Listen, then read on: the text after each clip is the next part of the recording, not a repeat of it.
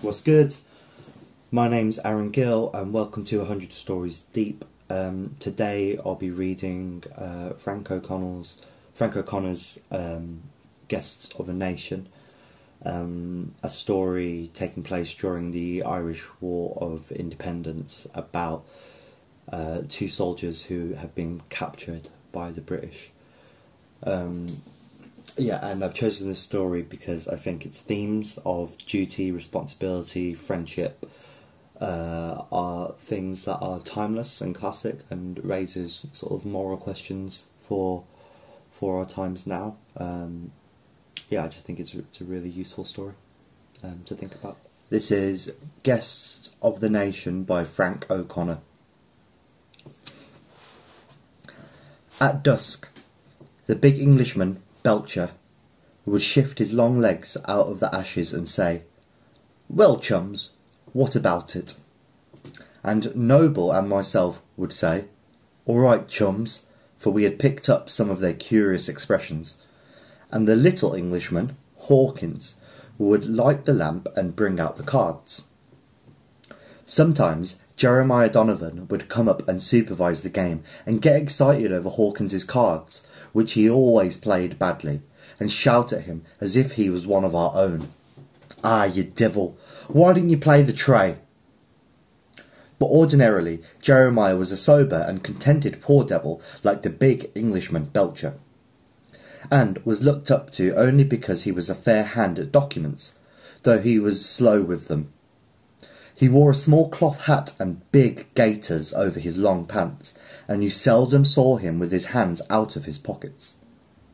He reddened when you talked to him, tilting from toe to heel and back, and looking down all the time at his big farmer's feet. Noble and myself used to make fun of his broad accent because we were both from the town. I could not at the time see the point of myself and Noble guarding Belcher and Hawkins at all, for it was my belief that you could have planted that pair down anywhere from this to Calgary, and they would have taken root there like a native weed. I never in my short experience saw two men take to the country as they did. They were passed on to us by the 2nd Battalion, when the search for them became too hot, and Noble and myself, being young, took them over with a natural feeling of responsibility. But Hawkins made us look like fools when he showed us that he knew the country better than we did. "You're the bloke that they call Bon Parte," he said to me. "Mary Brigid O'Connell told me to ask you what you'd done with her pair of brother's socks you borrowed." For it seemed, as they explained it, that the second had little evenings, and some of the girls of the neighbourhood turned up, and, seeing there were such decent chaps, our fellows could not leave the two Englishmen out. Hawkins learned to dance the walls of Limerick, the siege of Ennis, and the waves of Troy, as well as any of them, though he could not return the compliment because our lads at the time did not dance foreign dances on principle. So whatever privileges Belchers and Hawkins had to do with the second, they just took naturally with us, and after the first couple of days we gave up all pretence of keeping an eye on them. Not that they could have gotten far, because they had accents you could cut with a knife, and wore khaki tunics and overcoats with civilian pants and boots, but I believe myself that they never had any idea of escaping and were quite content to be where they are. It was a treat to see how Belcher got off with the old woman in the house where we were staying. She was a great warrant to scold, and even cranky even with us, but before ever she had a chance of giving our guests, as I may call them, a lick of her tongue, Belcher had made her his friend for life. She was breaking sticks, and Belcher, who had not been more than 10 minutes in the house, jumped up and went over to her. "Allow me, madam," he said, smiling his queer little smile. "Please allow me," and he took the hatchet from her. She was too surprised to speak, and after that Belcher would be at her heels, carrying a bucket, a basket, or a load of turf. As Noble said, he got into looking before she slept. As Noble said, he got into looking before she leapt, and hot water, or any little thing she wanted, Belcher would have ready for her. For such a huge man, and though I am 5'10" myself, I had to look up at him. He had an uncommon lack of speech. It took us a while to get used to him, walking in and out like a ghost without speaking. Especially because Hawkins talked enough for a platoon. It was strange to hear Belcher with his toes in the ashes come out with a solitary, "Excuse me, chum," or "That's right, chum." His one and only passion was cards, and he was a remarkably good poker player. He could have skinned myself and Noble, but whatever we lost to him, Hawkins lost to us, and Hawkins only played with the money that Belcher gave him. Hawkins lost to us because he had too much old gab, and we probably lost to Belcher for the same reason. Hawkins and Noble argued about religion into the early hours of the morning, and Hawkins worried the life out of Noble, who had a brother as a priest, with a string of questions that would puzzle a cardinal. Even in treating of holy subjects, Hawkins had a deplorable tongue. I never met a man who could mix such a variety of cursing and bad language into any argument. He was a terrible man, and a fright to argue. He never did a stroke of work, and when he had no one else to argue with, he got stuck in the old woman. He met his match in her, for when he tried to get her to complain profanely of the drought, she gave him a great come-down by blaming it entirely on Jupiter Pluvius, a deity neither Hawkins nor I had ever heard of, though Noble said that among the pagans it was believed that he had something to do with rain. Another day he was swearing at the capitalists for starting the German war when the old lady laid down her iron, puckered up her little crab's mouth and said, "Mr. Hawkins, you can say what you like about the war and think you'll deceive me because I'm only a simple poor countrywoman. But I know what started the war. It was the Italian count that stole the heathen divinity out of the temple of Japan. Believe me, Mr. Hawkins, nothing but sorrow and want can follow people who disturb the hidden powers." A queer old girl, what? Chapter 2. One evening we had our tea and Hawkins lit the lamp and we all sat down into cards. Jeremiah Donovan came in too, and sat and watched us for a while, and it suddenly struck me that he had no great love for the two Englishmen. It came as a surprise to me because I had noticed nothing of it before. Late in the evening a really terrible argument blew up between Hawkins and Noble about capitalists and priests and love of the country. "The capitalists pay the priests to tell you about the next world so that you won't notice what the bastards are up to in this," said Hawkins. "Nonsense, man," said Noble, losing his temper. "Before a capitalist was the thought of people believed in the next world." Hawkins stood up as though he was preaching. "Oh, they did they?" he said with a sneer. "They believed all the things you believe. Isn't that what you mean?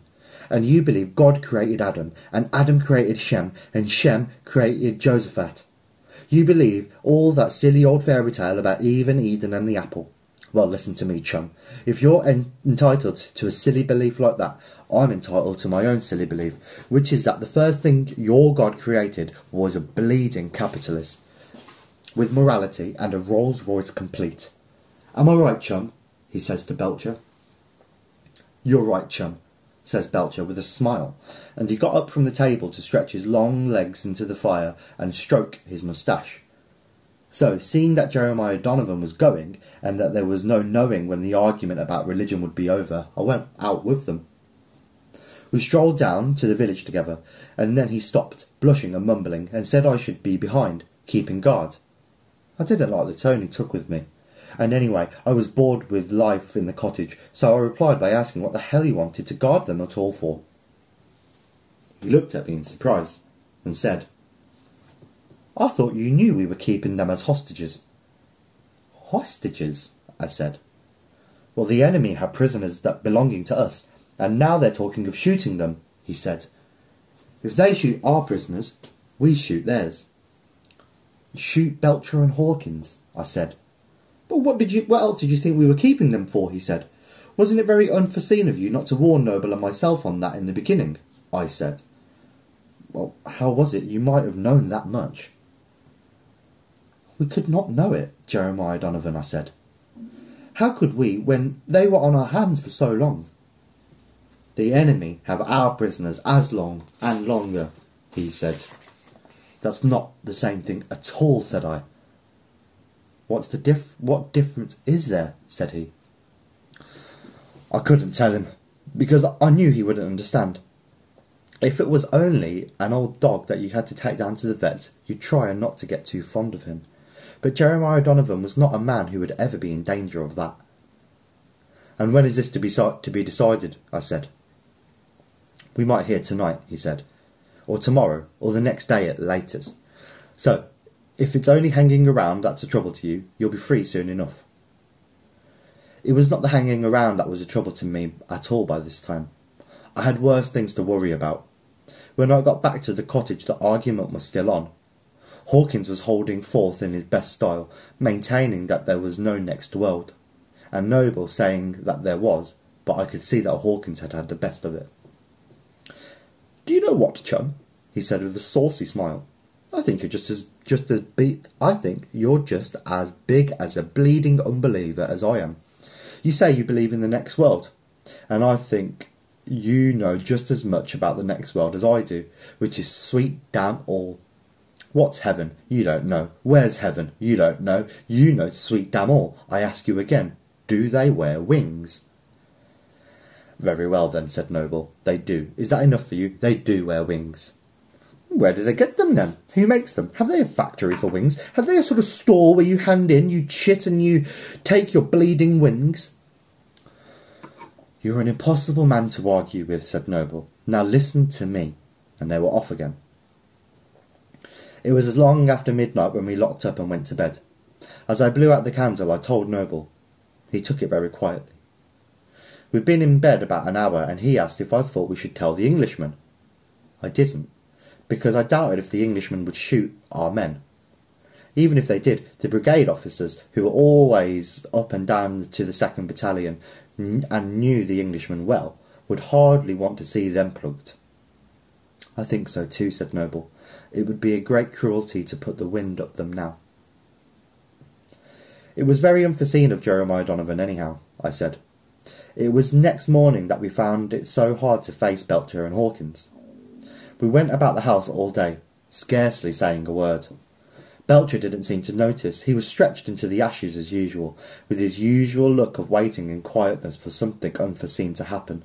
But Hawkins noticed it and put it down to Noble's being beaten in the argument the night before. "Why can't you take the discussion in the proper spirit?" he said severely. "You and your Adam and Eve. I'm a communist. That's what I am, a communist or anarchist. It all comes down to much the same thing." And he went round the house muttering when the fit took him. Adam and Eve, Adam and Eve. Nothing better to do with their time than pick bleeding apples. Chapter 3.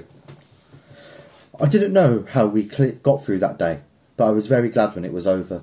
The tea things were cleared away, and Belcher said in his peaceable way, "Well, chums, what about it?"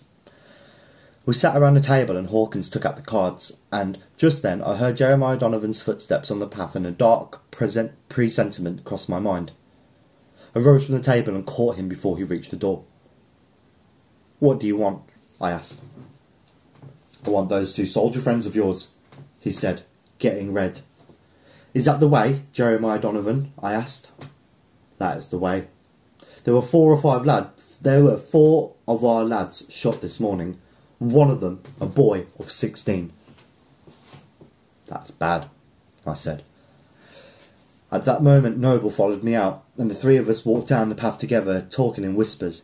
Feeney, the local intelligence officer, was standing by the gate. "What are you going to do about it?" I asked Jeremiah Donovan. "I want you and Noble to get them out. Tell them they're being shifted again. That'll be the quietest way." "Leave me out of that," said Noble under his breath. Jeremiah Donovan looked at him hard. "All right," he said. "You and Feeney get a few tools from the shed and dig a hole by the far end of the bog. Bonaparte and myself will he after you. Don't let anyone see you with the tools. I wouldn't like it to go beyond ourselves." We saw Feeney and Noble go round to the shed and went in ourselves. I left Jeremiah to do the explanations.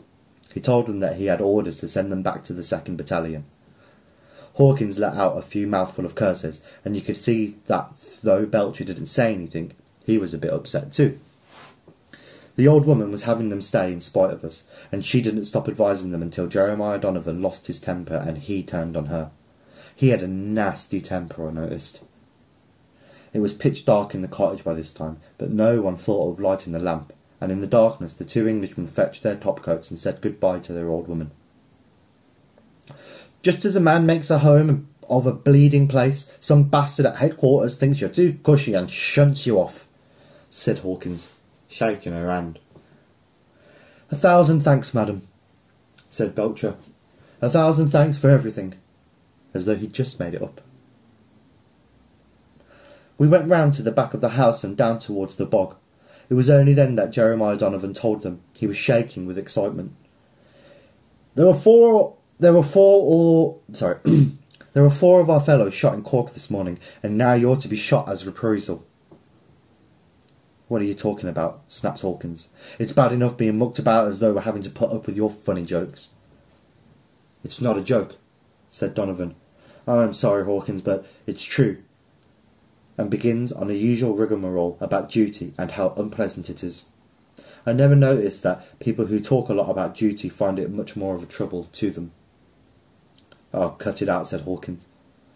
"Ask Bonaparte," said Donovan, seeing that Hawkins wasn't taking him seriously.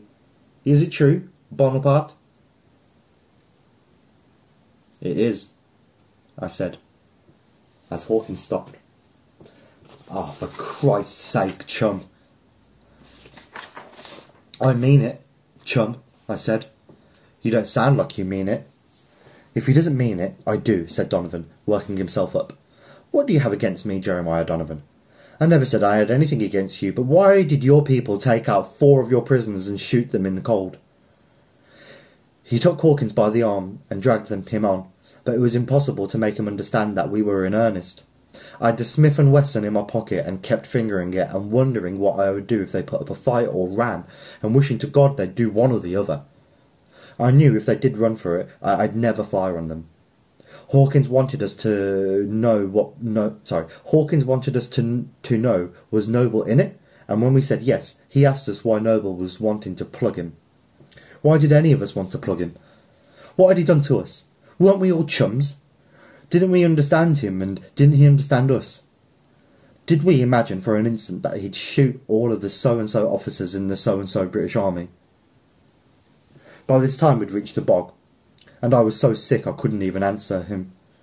We walked along the edge of it in the darkness, and every now and then Hawkins would call a halt and begin all over again, as if he was wound up about being our chums, and I knew that nothing but the sight of the grave would convince him that we had to do it. All that time I was hoping that something would happen, that they'd run for it, or that Noble would take over responsibility from me. I had the feeling that it was worse on Noble than on me.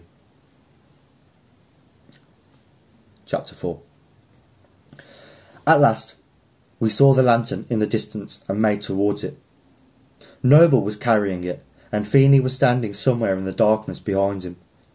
And the picture of them so still and silent in the bogland, it brought me home to the fact that we were in earnest and being banished by the last bit of hope that I had. Bleacher, on recognising Noble, said, "Hello, chum," in his quiet way. But Hawkins flew at him at once, and the argument began over again. Only this time Noble had nothing to say for himself, and stood with his head down, holding the lantern between his legs. It was Jeremiah Donovan who did the answering. For the 20th time, as though it was haunting his mind, Hawkins has asked if anybody thought he'd shot Noble. "Yes, you would," said Jeremiah Donovan. "No, I wouldn't, damn you!" "You would, because you'd know you'd be shot for not doing it." "I wouldn't. Not if I was to be shot 20 times over. I wouldn't shoot a pal. And Belcher wouldn't. Isn't that right, Belcher?" "That's right, chum," said Belcher, but more by way of answering a question than of joining in the argument. Belcher sounded as though whatever unforeseen thing he had been waiting for had come at last. "Anyways, who says Noble would be shot if I wasn't? What do you think I would do if I was in his place, out in the middle of a blasted bog?" "What would you do?" asked Donovan. "I'd go with him, wherever he was going, of course. Share my last bob with him. and stick him through thick and thin, and stick by him through thick and thin. No one can ever say of me that I let down a pal. We've had enough of this, said Jeremiah Donovan, cocking his revolver. Is there any message you want to send? No, there isn't. Do you want to say your prayers? Hawkins came out with a cold-blooded remark that even shocked me and turned on Noble again. Listen to me, Noble, he said. You and me are chums. You can't come over to my side, so I'll come over to your side. That show you I mean what I say. Give me a rifle and I'll go along with you and the other lads. Nobody answered him. We knew that was no way out. Hear what I'm saying? He said. I'm going through with it. I'm a deserter, or anything else you like. I don't believe in your stuff, but it's no worse than mine. That satisfy you? Noble raised his head. But Donovan began to speak, and he lowered it again without replying. For the last time, have any of you any messages to send? Said Donovan in a cold, excited sort of voice. Shut up, Donovan! You don't understand me, but these lads do. They're not the sort to make a pal and kill a pal. They're not the tools of any capitalist. I alone of the crowd saw Donovan raise his Webley to the back of Hawkins's neck, and as he did so, I shut my eyes and tried to pray. Hawkins had begun to say something when Donovan fired, and as I opened my eyes at the bang, I saw Hawkins stagger at the knees and lie flat at Noble's feet. Slowly, and as quiet as the kid falling asleep, with the lantern light on his lean legs and bright farmer boots. We all stood very still, watching him settle out in the last agony. Then Belcher took out a handkerchief and began to tie it about his own eyes. In our excitement we had forgotten to do the same for Hawkins, and, seeing it wasn't big enough, turned and asked for the loan of mine. I gave it to him, and he knotted the two together and pointed with his foot at Hawkins.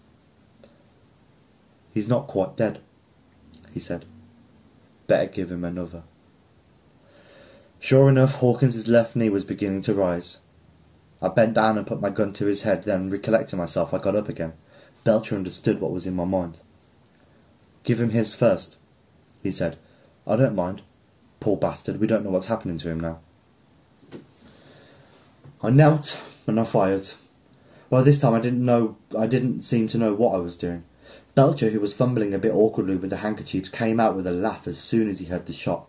It was the first time I heard him laugh, and it sent a shudder down my back. It sounded so unnatural. Poor bugger, he said quietly. And last night he was so curious about it all. It's very queer, chums, I always think. Now he knows much about it as they'll ever let him know, and last night he was all in the dark. Donovan helped me tie the handkerchiefs about his eyes. Thanks, chum, he said. Donovan asked if there were any messages he wanted sent. No, chum, he said, not for me. And if any of you would like to write to Hawkins's mother, you'll find a letter from her in his pocket. He and his mother were great chums. But my missus left me 8 years ago, went away with another fellow and took the kid with her. I like the feeling of a home, as you may have noticed, but I couldn't start another one after that. It was an extraordinary thing. But in those few moments, Belcher said more than all the weeks before. It was just as if the sound of the shot had started a flood of talk in him, and he could go on the whole night like that, quite happily talking about himself. We stood around like fools now he couldn't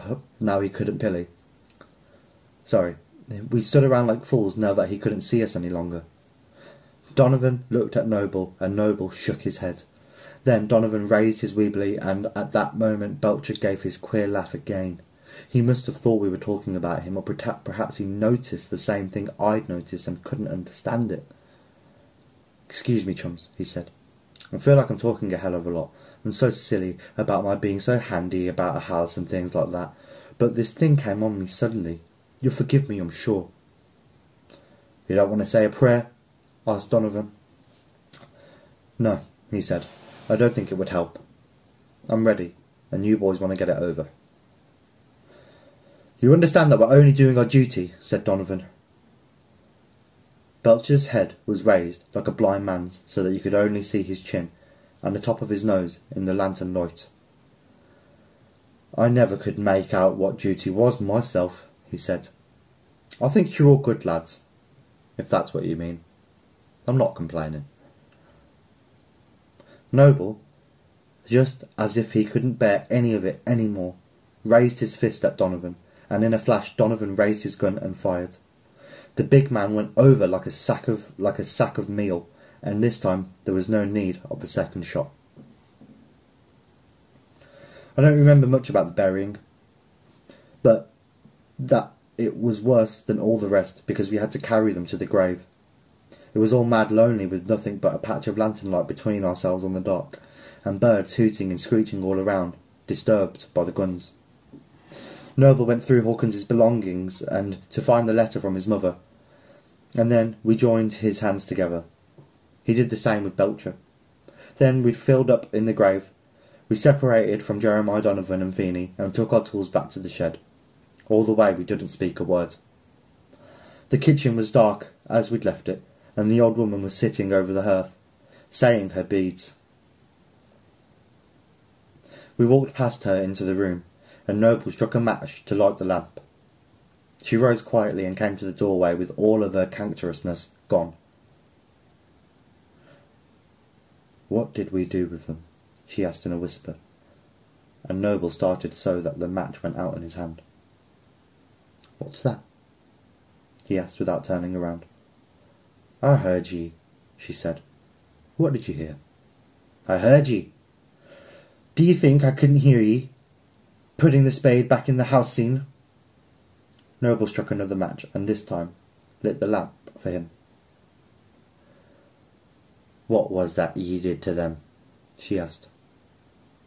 Then, by God, in the very doorway she fell on her knees and began praying. And after that, and after looking at her for a minute or two, Noble did the same thing by the fireplace. I pushed my way out past her, then I left them at it. I stood at the door, watching the stars and listening to the shrieking of birds dying out over the bogs.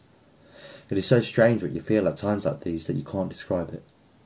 Noble says he saw everything 10 times the size, as though there were nothing in the whole world but that little patch of bog with the 2 Englishmen stiffening into it.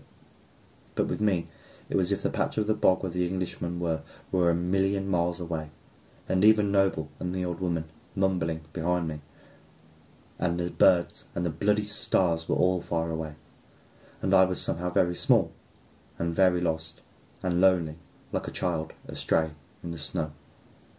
In anything that happened to me afterwards, I never felt the same again. So that was Frank O'Connor's Guests of a Nation. Quite a sad story. About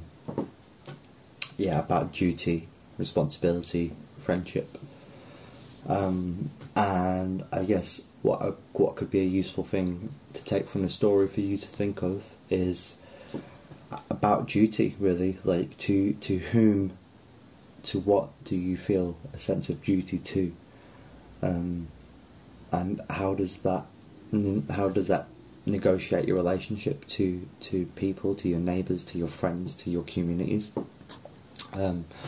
What does a duty to your country look like? Why does that exist in the first place? And does a duty to your country actually is that an obstacle to having comradeship between people who are from different countries who have found themselves in this country?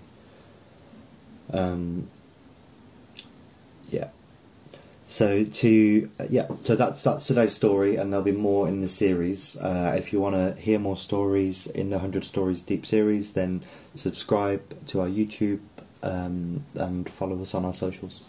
All right. Thank you very much.